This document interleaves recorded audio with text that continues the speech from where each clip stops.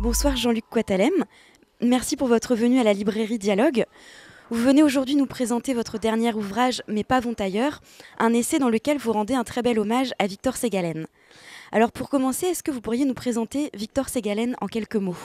Écoutez, Victor Ségalen est un écrivain brestois, breton, qui est resté un certain nombre d'années ici, avant de partir vers les ailleurs, en Polynésie et puis en Chine. Il va faire 3 séjours en Chine, et ces 3 séjours en Chine et ce séjour en Polynésie vont être fondateurs pour son œuvre, pour son travail et même pour sa manière de penser et presque de philosopher. C'est un artiste assez complet, qui est à la fois un écrivain, mais aussi un essayiste, un dramaturge, quelqu'un qui va écrire un livret pour Debussy, quelqu'un qui va travailler sur l'archéologie chinoise. C'est quelqu'un aussi qui est très proche, qui se sent très proche à la fois de Rimbaud et de Nietzsche. C'est un être de voyage, de rupture et de secret. Alors qu'est-ce qui vous lie à lui?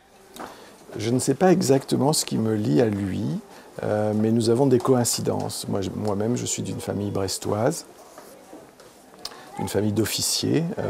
Victor Ségalen a été officier de marine. Il a eu son premier choc, je dirais, esthétique à cause de Paul Gauguin, sur lequel j'ai écrit un livre qui s'appelle « Je suis dans les mers du Sud ». Et il a eu aussi un choc de sensualité, je dirais des sens, à Tahiti. Moi-même, j'ai passé mon enfance en Polynésie, dans les bagages d'un père officier qui avait été muté sur place. Et je n'ai pas de souvenir en deçà ou au-delà de la Polynésie, même si je suis né à Paris. Pour moi, ma vie commence à Tahiti, dans un petit village qui s'appelle Pirae, qui maintenant est un faubourg de Papeete. Deuxième choc pour lui, l'Asie.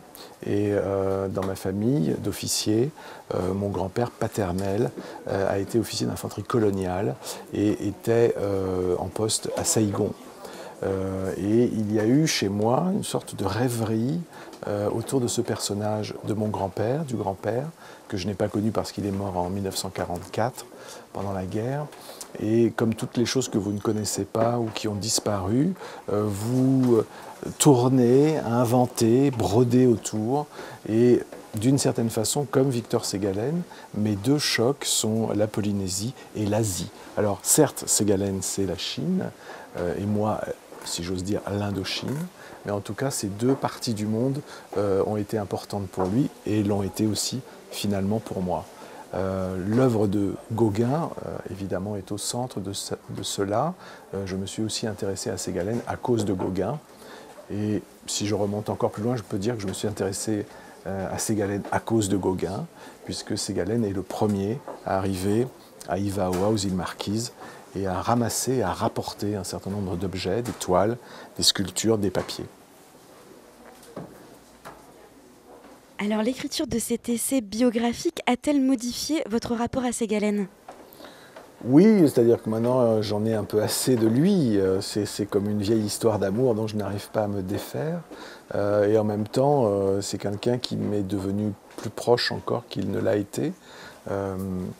On ne peut pas travailler sur un auteur, suivre ses traces, puisque c'est ce que j'ai fait dans Mes pas vont ailleurs, de suivre ses traces, d'aller en Polynésie, là où il a été, de retourner en Polynésie, d'aller en Chine, essayer de retrouver ses maisons, les endroits où il a été, à la fois à Tahiti, mais aussi aux îles Marquises et aux îles Gambier, où il a été en poste quelque temps, pas très longtemps.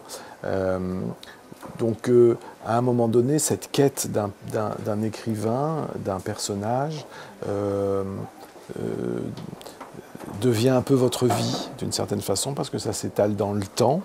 Et moi qui suis assez monomaniaque, je ne faisais que lire, regarder, m'intéresser, sinon à Ségalen, bien sûr, mais aussi aux amis de Ségalen, aux contemporains de Ségalen, à ce que Ségalen avait pu dire sur tel ou tel livre.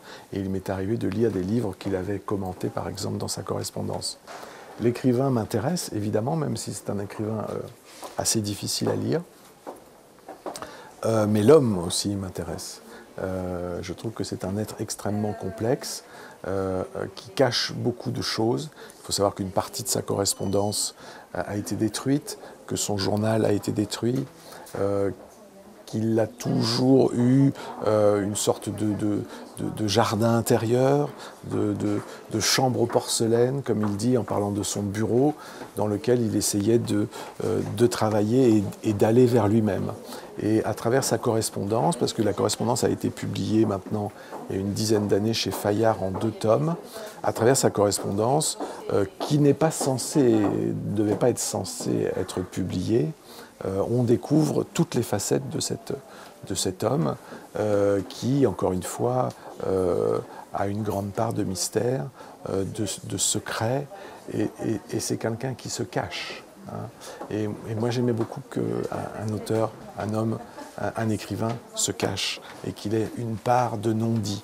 Et par exemple, l'œuvre qu'on a aujourd'hui de Victor Ségalen, qui tient en 2 volumes Robert Laffont, vous savez ces gros bouquins Robert Laffont, il faut savoir que de son vivant, il n'a publié que 3 livres, dans une indifférence totale, à la fois les immémoriaux publiés à compte d'auteur au Mercure de France, Stèle, qu'il a publié lui-même aussi à compte d'auteur, dans un format à la chinoise qui est extrêmement beau et qui aujourd'hui, j'ai essayé d'en acheter un, l'édition originale vaut quand même 15 000 € l'exemplaire, 15 000 €.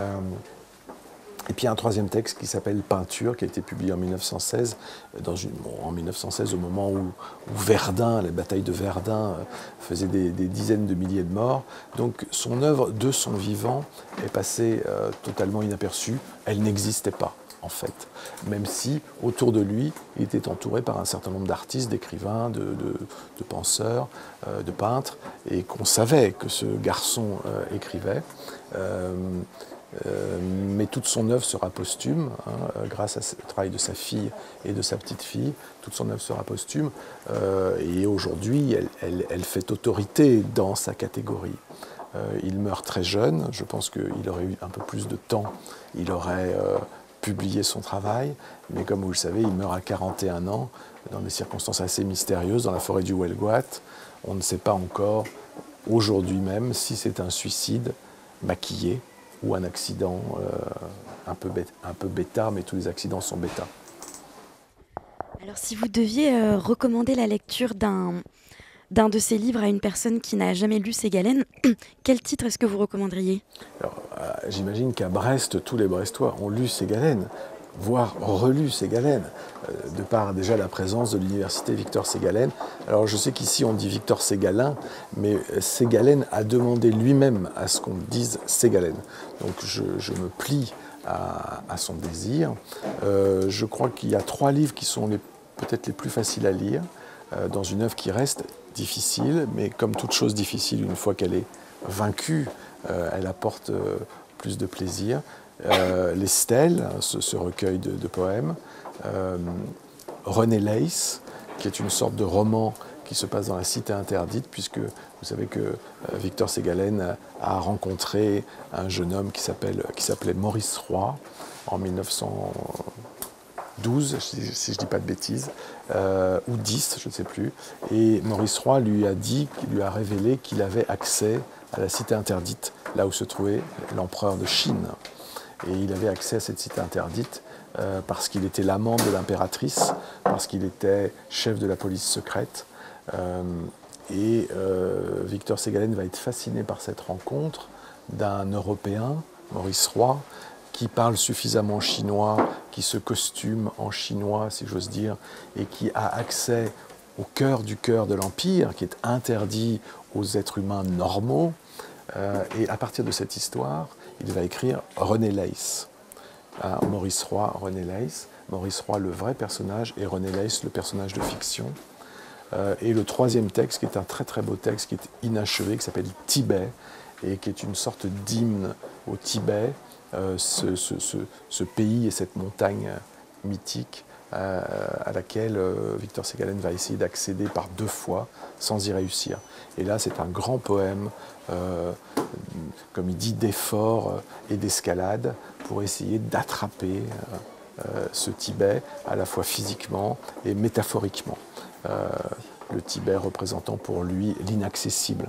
Il y a une quête chez Ségalen qui passe, je dirais, des sens en Polynésie aux sens en Chine, et puis une troisième quête pas si formulée que ça, mais qui est de plus en plus présente quand même, qui est la quête de l'au-delà. Et il la cherche, il va la trouver, enfin il va la rencontrer en Bretagne.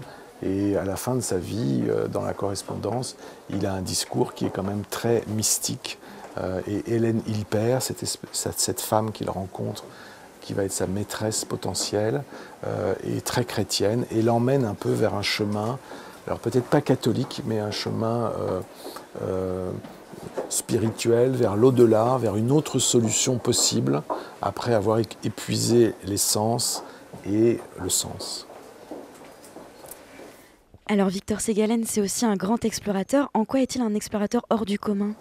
Il est hors du commun, d'abord parce que c'est un garçon qui est assez chétif, malingre. Sa mère ne cessait de lui répéter « tu n'es pas comme les autres, tu ne seras pas comme les autres ». C'est quelqu'un d'assez maigre, mais qui est un cavalier émérite et qui va traverser par 2 fois la Chine, notamment lors d'un voyage qu'il va appeler la Grande Diagonale, et il va faire plus de 3000 km à cheval, dans des parcours qui aujourd'hui, même en voiture, semblent un peu sidérants. C'est un aventurier, mais pour qui le réel, il est toujours partagé, enfin il essaye toujours de concilier le réel et l'imaginaire, le réel étant subjugué par l'imaginaire et l'imaginaire entraînant le réel, ce jeu permanent de ce qui est, de ce qu'on pense, de ce qu'on imagine, de ce dont on rêve, et comme si la réalité n'était pas suffisante, il fallait ce surplus de quelque chose. C'est une aventure terrestre, mais c'est aussi une aventure spirituelle. On comprend bien que Victor Ségalen est quelqu'un qui tape un peu dans les murs.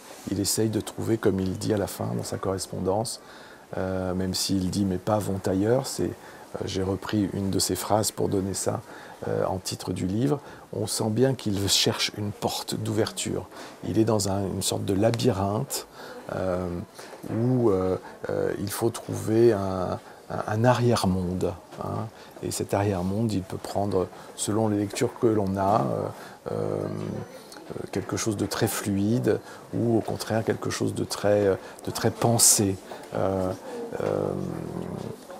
Mais Victor Ségalen, là-dessus, n'a pas de réponse. En tout cas, c'est un aventurier incroyable et qui, à l'époque, il meurt en 1919, aura parcouru quasiment toute la Terre, les États-Unis, la Chine, la Russie, la Mongolie, Aden, la Polynésie, etc.